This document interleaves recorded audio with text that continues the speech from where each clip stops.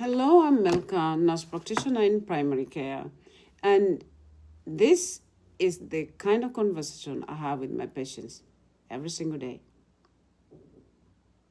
You are exhausted all day, you are yawning by 2 p.m., dragging yourself through the afternoon, counting down to bedtime, and then you lay down at bedtime and nothing. Your brain turns on, your body feels restless, and sleep just will not come.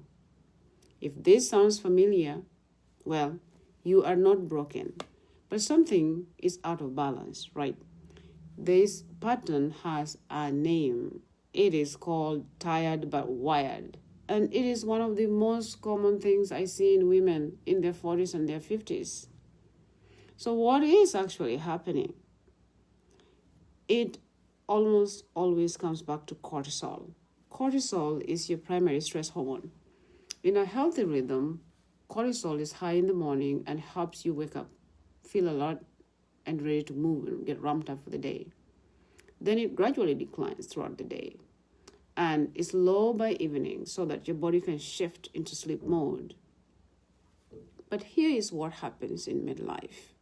After years of chronic stress, work, family, caregiving, not sleeping, not recovering well, that cortisol rhythm can become dysregulated.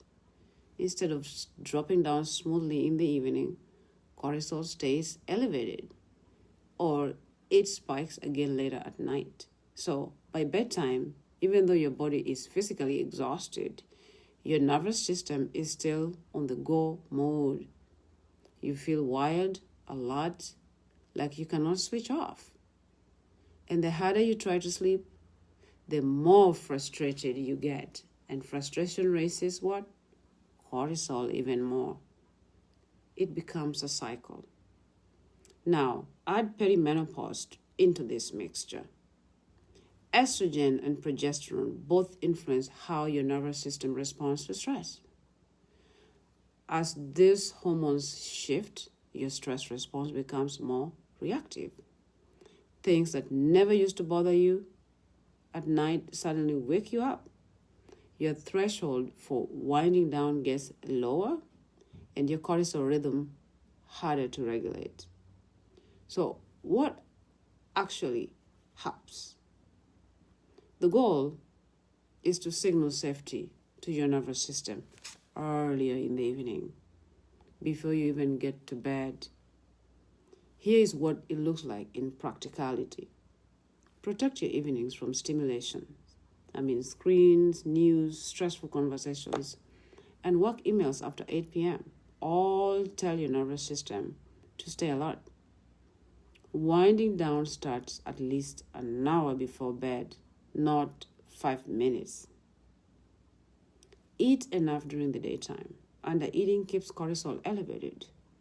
A small protein-containing snack in the evening could help stabilize blood sugar overnight and reduce the cortisol spikes at 2 o'clock or 3 o'clock in the morning. Move your body during the daytime, but not intensely close to bedtime. Exercise is one of the best tools for regulating cortisol rhythm, but a hard workout at 9 p.m. can raise cortisol right when you need it to be coming back down. And finally, stop fighting the wakefulness. Laying in the bed frustrated, watching the clock raises cortisol. If you have been awake for more than 20 minutes, get up, do something quiet and calm, and return when you feel sleepy. This is not failure. It is nervous system regulating. The tired but wired pattern is real. It is common. It is not something you just have to live with. It does not require looking at it does require looking at the whole picture, not just what happens at bedtime. If this was helpful, every week I'm here to give you honest, straightforward information about menopause, midlife health, and I'll see you in the next video.